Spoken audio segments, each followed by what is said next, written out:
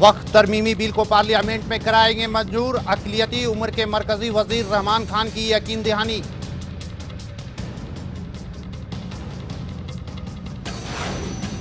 फैजाबाद के हालात मामूल पर। ईद उल जुहा से कबल मदरसा के अतराफ में हुए थे फसादात। एहतियात के तौर पर पुलिस फोर्स तैनात।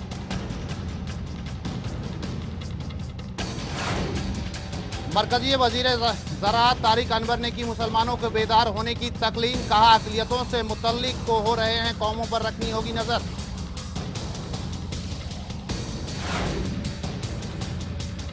मौलाना अरशद मदनी ने की दारुल उलूम देवबंद की कारकर्दगी की सत्ताईश। कहा मदरसे का वजूद मजहबी वक़ा के लिए जरूरी।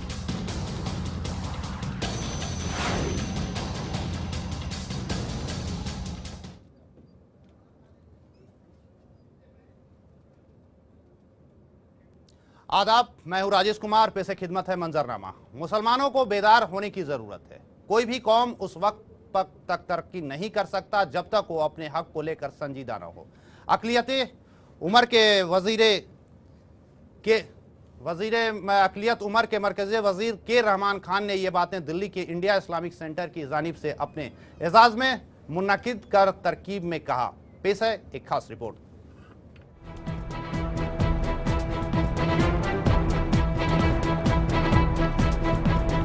तेज तर्रार कांग्रेसी रहनुमा और आला तालीम याफ्ता नौमुंतखब अक़लियती उमूर के मरकज़ी वजीर के रहमान खान ने कहा है कि कौम व मिल्लत के लिए काफ़ी कुछ करने की ज़रूरत है, लेकिन तरजीहात तय करना ज़रूरी है। जनाब खान ने कहा कि अक़लियती उमूर की वजारत उन्होंने अपनी ख्वाहिश से ली है। उन्हें दूसरी वजारत भी मिल सकती थी। अपने एजाज़ में मुनक़िद तकरीब से खिताब करते हुए उन्होंने कहा कि नई जिम्मेदारी संभालने के साथ ही उन्होंने अपनी तरजीहात तय कर ली हैं। मेरी सबसे पहली प्रायोरिटी जो मैंने यहाँ कहा कि वक्फ अमेंडमेंट बिल को पार्लियामेंट में पास करवाऊँ। दूसरी जो है, हमारी पार्टी ने वादा किया है कि वक्फ डेवलपमेंट कॉरपोरेशन सेटअप होगा, उसको पूरा करें। तीसरी प्रायोरिटी हमारी है कि जो हमारे मैनिफेस्टो में जो अश्योरेंसेस दिए गए हैं उसको माइनॉरिटीज़ के लिए वो वादों को पूरा करें।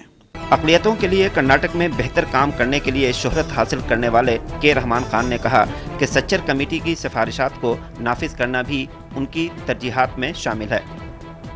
कमेटी रिपोर्ट में जो भी काम अब बाकी रह गया या जो भी सिफारिशात अभी पूरे होने हैं उनको पूरे कराएं।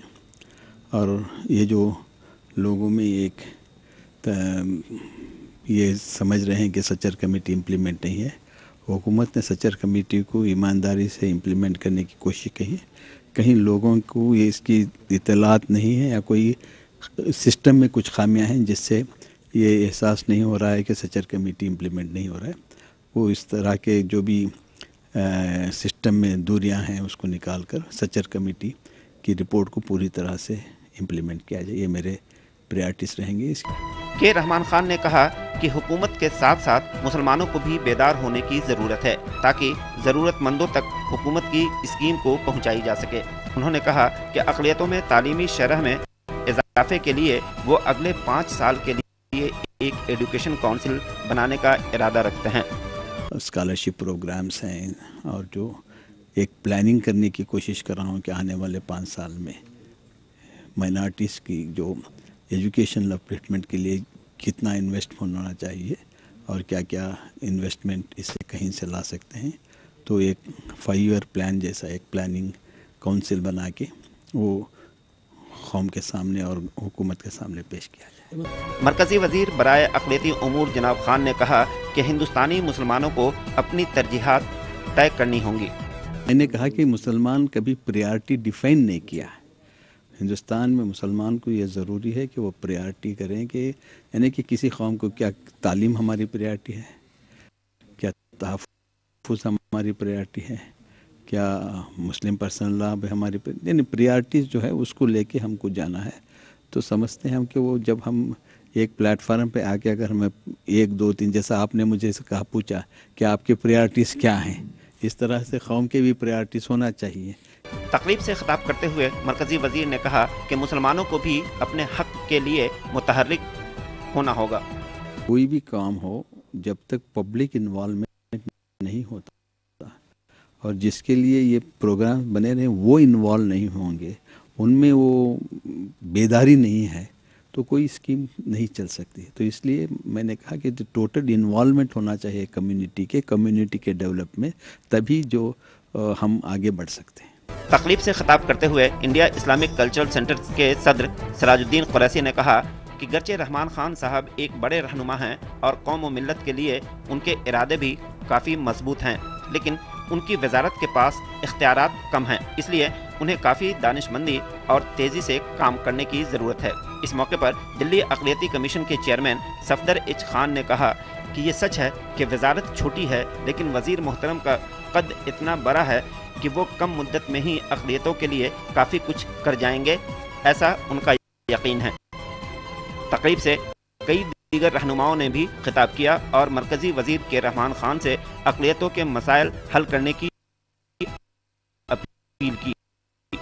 इस मौके पर कई ममालिक के सफीर समेत बड़ी तादाद में मुअज़्ज़िज़ हस्तियां मौजूद थीं। Bureau report, channel 1 news. तो अक़लियत के हालात बेहतर करने को लेकर लगातार बातें हो रही हैं और इस तमाम मसले पर चर्चा करने के लिए हमारे साथ इज़रार साहब जुड़े हुए हैं, जो कि राइटर हैं। उनसे जानना चाहेंगे कि आज इज़रार साहब, जिस तरह से आज़ादी के 6 दशक से ज़्यादा वक्त गुजर चुके हैं, लेकिन आज भी मुसलमानों के हालात बेहतर नहीं हैं। सरकार सच्चर कमेटी बैठाती है, उसके बाद रंगनाथ मिश्रा कमेटी बैठाती है और वादे और दावे करती है कि सब कुछ ठीक हो जाएगा, लेकिन कब ठीक हो जाएगा? 4 दशक तक कांग्रेस का शासन होता है और फिर अब चुनाव नजदीक आ रहा है, तो फिर सच्चर कमेटी और रंगनाथ कमीशन के राग अलापे जा रहे हैं।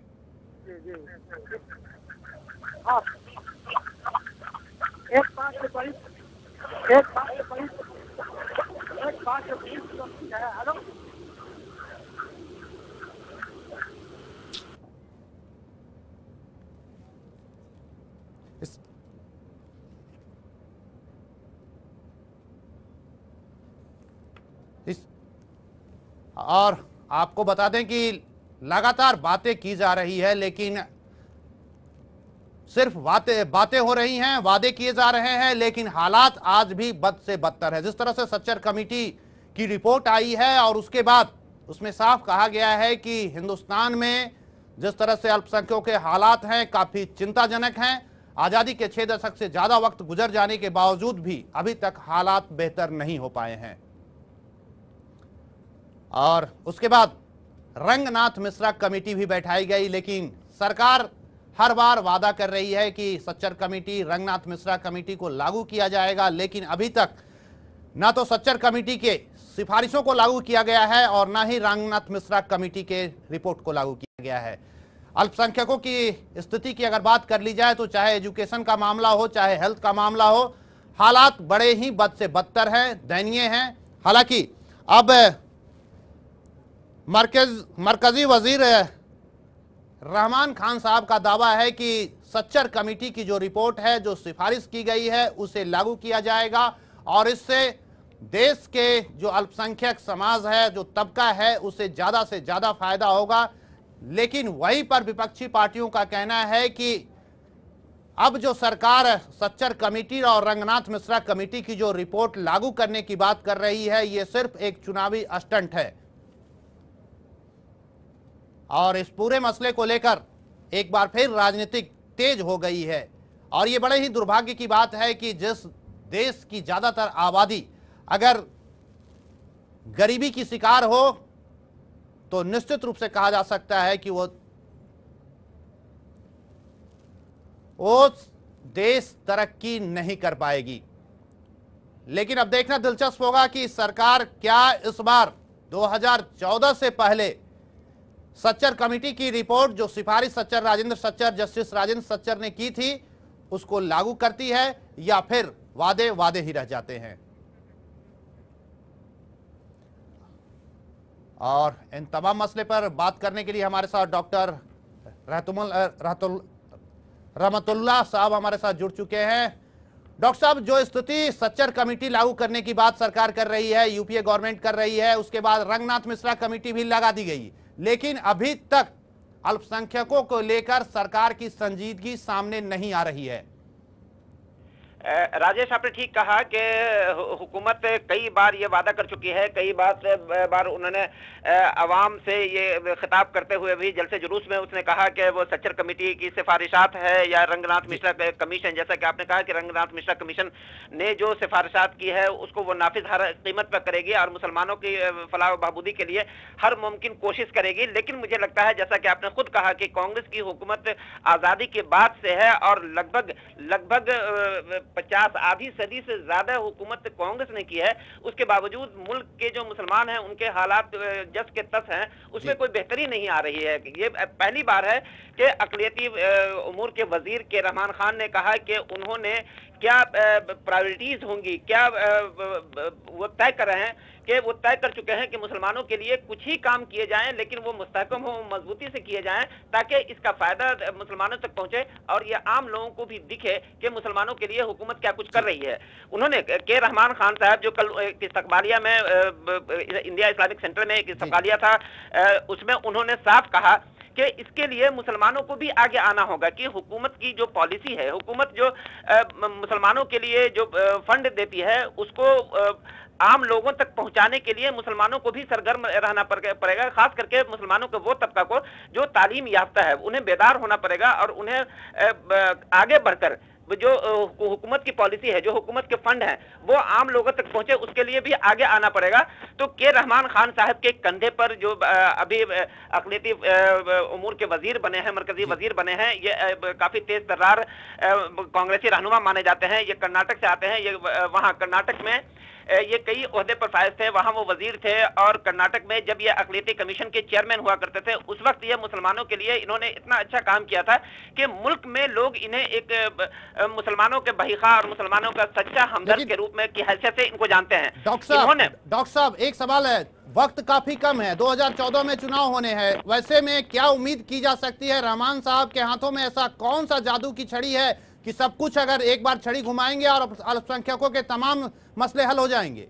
नहीं, बिल्कुल छड़ी नहीं होती है। एक मजबूत इरादे से अगर कोई काम अगर आगे बढ़ाया जाता है और वो अगर आम लोगों को अगर इसका यकीन हो जाए कि हाँ, अगर हुकूमत हमारे लिए संजीदा है और हमारे जो मसाइल हैं उसको हल करने के लिए वो संजीदा है और उसके लिए वो चाहती है, तो मुझे लगता है कि एक मैसेज अच्छा जाएगा। मैंने आपसे यही बताया कि जब के रहमान खान कर्नाटका में अक़लियती माइनॉरिटी कमीशन के चेयरमैन हुआ करते थे, तो इनकी कोशिश से कर्नाटक में 4% मुसलमानों को रिजर्वेशन, नौकरी में रिजर्वेशन देने का हुकूमत ने फैसला किया था, और यही वजह है कि बाद में मरकजी हुकूमत ने भी उसी पैटर्न पर मुसलमानों को रिजर्वेशन देने का फैसला किया। यह अलग बात है कि बाद में वो मामला जब अदालत में चला गया तो वो नाफिज नहीं हो सका। तो इसीलिए लोगों को, खास करके जो हिंदुस्तान के मुसलमान हैं, उन्हें ये यकीन है कि के रहमान खान मुसलमानों के लिए जो कुछ भी करेंगे वो मजबूती से करेंगे और उसका असर दिखेगा और उसका फायदा मुसलमानों तक पहुंचेगा। और वो चूंकि इनके पास वक्त कम है, 1 और 1.5 साल के बाद हुकूमत को इलेक्शन में जाना है, इंतखाब में जाना है, तो मुझे लगता है कि इन्हें तेजी से काम करना पड़ेगा और इनका जो तजुर्बा है उसका फायदा मुझे लगता है कि हुकूमत को मिलेगा। और हुकूमत के जो पॉलिसी है, हुकूमत के जो फंड है अक़लियतों के लिए, वो शायद ये लोगों तक पहुंचाने में कुछ हद तक कामयाब होंगे। और अगर ऐसा होता है तो ये कांग्रेस के लिए फायदे की बात होगी, जो मौजूदा हुकूमत है उसके लिए ये एक राहत की बात होगी। जी राजेश। बिल्कुल, कांग्रेस के लिए राहत की बात हो सकती है अगर रहमान साहब अल्पसंख्यकों के लिए तमाम समस्या जो है उसको निपटाने में अगर दिलचस्पी दिखाते हैं और तमाम जो सच्चर कमेटी हो या फिर रंगनाथ मिश्रा कमेटी की जो सिफारिश है अगर उसे लागू करवाते हैं तो वाकई में कहा जा सकता है अल्पसंख्यकों के लिए काफ़ी फायदेमंद हो सकता है। डॉक्टर साहब, एक सवाल और भी जानना चाहेंगे कि वैसे हालात में समय कम है, रहमान साहब मजबूत इरादे वाले शख्स हैं और वो कह रहे हैं कि सब कुछ लागू किया जाएगा, सच्चर कमेटी की रिपोर्ट लागू की जाएगी, लेकिन जो गांव में रहने वाले लोग हैं, जो दूर दराज के लोग रहने वाले हैं, वहां तक सरकार के जो प्लानिंग है उस प्लानिंग को आम जनता तक पहुंचाने में कितना कामयाब हो पाएगा, कितना वक्त लगेगा, इसको लेकर क्या कुछ बातें चल रही है क्या मंत्रालय में? राजेश, आपने बहुत अहम नुकात पर आपने बात कही, आपने सवाल पूछा है। मैं आपको बता दूं कि दिल्ली अक़लियती कमीशन की जो चेयरमैन है सफदर एच खान जी, उन्होंने यही बात वहां अपनी स्पीच में रखी थी कि जो सरकारी पॉलिसी होती है, उन्होंने बताया कि जब मैं अक़लियती कमीशन का चेयरमैन बना तब मुझे पता चला कि हुकूमत की क्या पॉलिसी है अक़लियतों के लिए और उसके क्या क्या फंड हैं अक़लियतों के लिए। तो जब मुझ जैसे पढ़े लिखे लोगों को इसका चेयरमैन बनने के बाद पता चला तो आम जो मुसलमान हैं, जो कम पढ़े लिखे लोग हैं, जो दूर दराज इलाके में रहते हैं, जो गांव में रहते हैं, जो देहात में रहते हैं, उन्हें तो पता भी नहीं चल पाता कि हुकूमत उनकी फलाह व बहबूद के लिए कौन कौन सी स्कीम चला रही है और उसके लिए कितने सारे फंड हैं हुकूमत के पास। तो उन्होंने वजीर के रहमान खान साहब से यही बातें कही कि सबसे पहले सिंप्लीफाई किया जाए, सबसे पहले उसको सहल बनाया जाए कि जो पॉलिसी है उसको आम फहम जबान में, अखबारात में, मीडिया में, टेलीविजन में, इश्तहारात के जरिए जो आम मुसलमान हैं उस तक पहुंचाई जाए। और उसके लिए जो ब्यूरोक्रेसी है, उन्होंने बताया कि एक जो सबसे बड़ी रुकावट होती है जो मुसलमानों के लिए, जो अक़लियतों के लिए स्कीम है, वो जमीन पर नहीं उतर पाती है, उसमें सबसे बड़ी रुकावट ब्यूरोक्रेसी होती है। उन्होंने कहा कि उस पर भी काबू पाने की जरूरत है और तभी कम मुद्दत में वो कुछ अक़लियतों के लिए करने की पोजीशन में होंगे। तो आपने सही कहा कि ये कैसे मुमकिन है कि वो अक़लियतों तक, जो दूर दराज के इलाके में रहते हैं, उन तक जो है ना जो हुकूमत की पॉलिसी है वो कैसे पहुंचेगी। पहुंचने की तो दूर की बात है, आम मुसलमानों को पता भी नहीं चल पाता है कि हुकूमत उनके लिए कौन कौन सी पॉलिसी लाई हुई है और उनके लिए कौन कौन से फायदे की चीजें हैं और कौन कौन से फंड है उनके लिए। तो इस पर कल भी काफी देर तक इस पर बहस मुबासा हुई, लोगों ने इनकी तवज्जो मबजूल कराई के रहमान खान साहब की। तो मुझे लगता है कि के रहमान खान साहब को कल काफी कुछ इनपुट दिया गया है और मुझे लगता है कि अगर उसको जहन में रखकर वो काम करेंगे तो काफी कुछ करने की वो पोजीशन में होंगे। चलिए रहमतुल्लाह साहब, बहुत बहुत शुक्रिया हमसे बात करने के लिए। तो मौका है और ऐसे मौके पर अब रहमान साहब के कंधे पर पूरा दारोमदार है कि कैसे अल्पसंख्यक जो तबका है उसे ज्यादा से ज्यादा सरकारी जो फंड है, जो प्लानिंग है, उसका बेनिफिट मिल सके।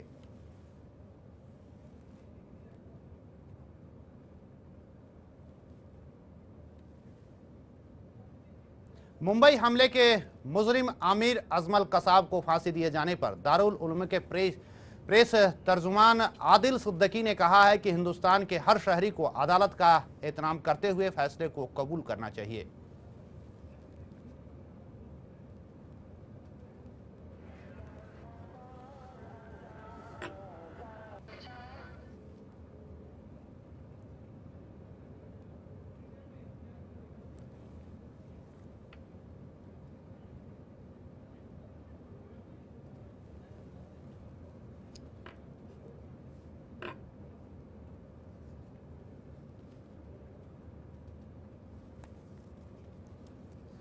और इस खबर पर ज़्यादा जानकारी के लिए हमारे साथ तस्लीम साहब हमारे साथ जुड़े हुए हैं, हमारे संवाददाता, उनसे जानना चाहेंगे। तस्लीम साहब, ये जिस तरह की बातें हो रही है इसमें कोई दो राय नहीं है कि कोर्ट की सब इज्जत करते हैं और उनके फैसले को सब सर आंखों पर बैठाते हैं, लेकिन आम लोग, ज़्यादातर सब लोगों ने स्वागत किया है। इसको लेकर क्या आम धारणाएं बन रही हैं, क्या अब तक खबरें आ रही हैं? जी बिल्कुल, 26/11 में जो हमले हुए थे, अजमल कसाब के द्वारा जो हमले किए गए थे और पाकिस्तान के जो आतंकवादी हिंदुस्तान में आकर, मुंबई में आकर खास तौर से हमला किया था और उसको उस पर प्रतिक्रिया जो दारुल जो कह रहे हैं, दारुल के उलमा जो कह रहे हैं वो बिल्कुल सही कह रहे हैं कि जो सजावार थे उनको सजा मिली है और सजा मिलनी भी चाहिए थी, क्योंकि इन लोगों ने 166 लोगों को निशाना बनाया था और मुंबई में दहशत फैला दी थी। बिल्कुल, मुंबई में दहशत फैलाया था कसाब ने। अब इसको लेकर क्या हिंदुस्तान और पाकिस्तान के रिश्ते की अगर बात कर ली जाए तो रिश्ते पर क्या कोई असर भी पड़ सकता है? जी बिल्कुल, ये तो बिल्कुल साफ सी बात है, क्योंकि भारत ने जो पहल की है और उस पहल से पाकिस्तान में खटाई और हिंदुस्तान की मामलात में थोड़ी सी खटाई तो पैदा जरूर होगी, क्योंकि इस तरह के मामलात जब भी हुए हैं हिंदुस्तान से जो पहल की गई है और एक सच्चाई से पहल हुई है, क्योंकि 166 लोगों का मरना और हिंदुस्तान के लोगों को निशाना बनाना पाकिस्तान की एक आदत सी बन गई है। मुस्लिम रहनुमा क्या सोच रहे हैं इस पूरे मसले पर, क्या उनकी राय बन रही है? मुस्लिम रहनुमा तो ये इस बात को ये कह रहे हैं कि जो कोर्ट के सुप्रीम कोर्ट के आदेश से और प्रणब मुखर्जी की जो हमारे मामूइन हैं, राष्ट्रपति हैं, उनके जो आदेश है, उनका आदेश पे जो है उनको सजा मिली है। जो सजा हिंदुस्तान की सरकार या गवर्नमेंट ने दी है वो बिल्कुल सही है। अब इसको लेकर एक और भ्रम की स्थिति पैदा हो रही है। सर्वजीत पाकिस्तान में बंद है और उसको लेकर भी कयास ये आ रहे हैं, खबरें जो छनकर आ रही हैं पाकिस्तान से कि सर्वजीत को लेकर शायद पाकिस्तान की सरकार दुर्भावना से ग्रसित होकर कुछ कदम उठाए। देखिए, दारुल से इसके बारे में दारुल के उलमाओं से इसके बारे में हमारे से कोई बातचीत नहीं हो पाई है, लेकिन जाहिर सी बात है कि सरबजीत भी वहां बंद है, वो भी कुछ ना कुछ कदम उठाएंगे, पाकिस्तान की गवर्नमेंट भी कुछ ना कुछ कदम उठाएगी, इसको देखते हुए रिएक्शन करेगी। तो ये तो बिल्कुल जाहिर सी बात है कि कुछ ना कुछ वहां से भी होना है। तो क्या दारुल उलेमा इस पूरे मसले पर लेकर कुछ अपनी राय रख रहे हैं, कुछ चर्चाएं हो रही हैं? दारुल ऐसी विवादित बातों से बचता आया है और बचता रहता है, तो क्योंकि दारुल को एक दीनी इदारा है, दारुल को दीनी इदारे को वो बिल्कुल भी फ्रंट पे नहीं आना चाहता, इस तरह की कोई बात नहीं कहना चाहता कि दारुल को निशाना बनाया जाए या दारुल की प्रतिक्रिया ली जाए ऐसे मामलों में। दारुल जो है ऐसे मामलों से बहुत दूर रहता है, बिल्कुल बहुत दूर रहता है। एक सवाल और भी आपसे जानना चाहेंगे कि अब जो हालात हैं वैसे में इंडिया गवर्नमेंट को चाहिए कि आतंकवाद से निपटने के लिए कानून व्यवस्था और साथ ही साथ सुरक्षा के इंतजामात बेहतर करे। देखिए, ये तो एक मैसेज दिया है इंडिया गवर्नमेंट ने और हिंदुस्तान की गवर्नमेंट ने, ये ऐसा मैसेज दे दिया तो आज जो आतंकवाद अल्लाह है उस आतंकवाद को कम करने का ये एक बहुत अच्छा तरीका था और देर से ही सही भले ही, लेकिन बहुत अच्छा कदम उठाया है और इस कदम की जितनी तारीफ करे बहुत कम। चलिए, हमसे बात करने के लिए बहुत बहुत शुक्रिया तालिम साहब।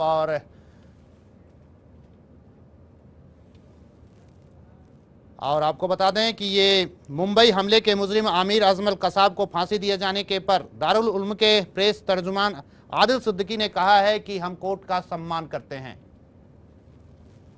आम हालात में उनके रिपरकशंस और असरात हो सकते थे, वो सब सामने आने वाले हैं। अभी ये चीज़ जो है अपनी नताइज दिखाएगी और ये नहीं कि ये कोई आखिरी फैसला है। इस तरह की बहुत सी दरखास्तें प्रणब मुखर्जी के सामने हैं, उन सब पर फैसला होने वाला है, तो इन सब बातों को सामने रखना चाहिए। इससे अच्छी बात यही है कि उसको एक आम आदमी की हैसियत से फांसी दे दी गई है। और नवाबी रियासत उर्दू अदब व तहजीब शान शौकत के लिए मशहूर रामपुर को यहाँ के नवाबिन ने जहाँ एक जानिब मुल्क भर में नाम और पहचान दिया है, वहीं पर आपको बता दें कि नायाब चीज़ भी ऐसी है जिनका खासियत की अगर बात कर ली जाए और खूबसूरती रख रखाव और आज भी रामपुर की रियासत याद दिलाती है। जी हाँ, सबसे खास है नवाबियन के बनवाए हुए इमाम बाड़े।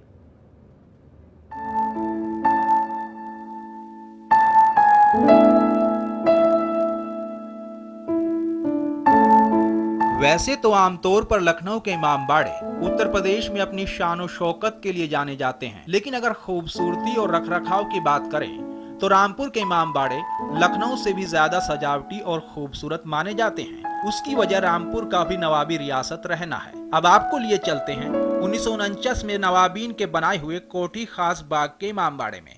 इसकी सजावट और बनावट इसे और कई जगहों से खास बनाती है। बड़ा पब्लिक का है, लाल कलर पर इमाम बाड़ा मिर्ज़ा मोहम्मद जफ़र बेग के नाम से। उसमें पब्लिक के दो जुलूस निकलते हैं, एक 25 मुहर्रम हराम का इमाम ज़ैनुल आबिदीन इस्लाम की याद में और दूसरा जुलूस 29 मुहर्रम को निकलता है हज़रत अब्बास अलमदार की याद में। उसमें ज़नानी मजालिस और मीलाद का सिलसिला जारी रहता है।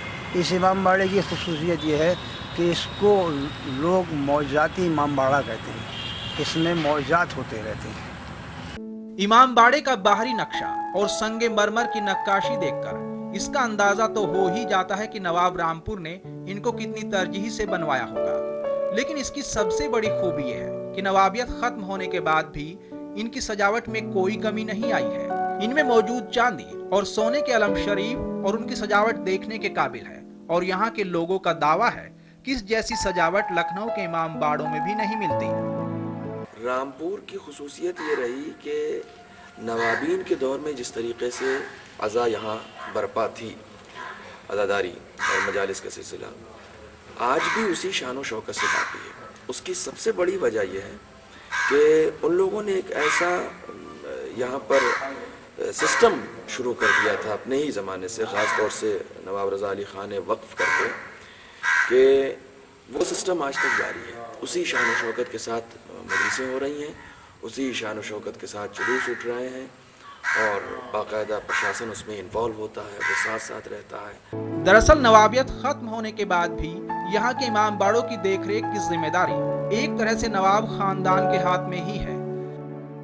नवाब काजिम अली खान इस वक्त वक्फ बोर्ड के मुतलवी हैं और जिम्मेदारी नवाब खानदान के चश्मो चिराग नवाब काजिम अली खान उर्फ नवेद मियाँ के हाथ में है। वो यहाँ होने वाले मजलिस और मातमों में भी बढ़ चढ़कर हिस्सा लेते हैं। वैसे तो रामपुर में सैकड़ों की तादाद में इमामबाड़े हैं, लेकिन कुछ खास इमामबाड़े नवाबीन की देन है। इन इमामबाड़ों में मकबरा जनाब आलिया का इमामबाड़ा रामपुर का सबसे पुराना इमामबाड़ा माना जाता है। Bureau report, channel 1 news. तो इसके साथ ही मंजरनामा में बस इतना ही। हमें दीजिए इजाजत। अल्लाह हाफिज।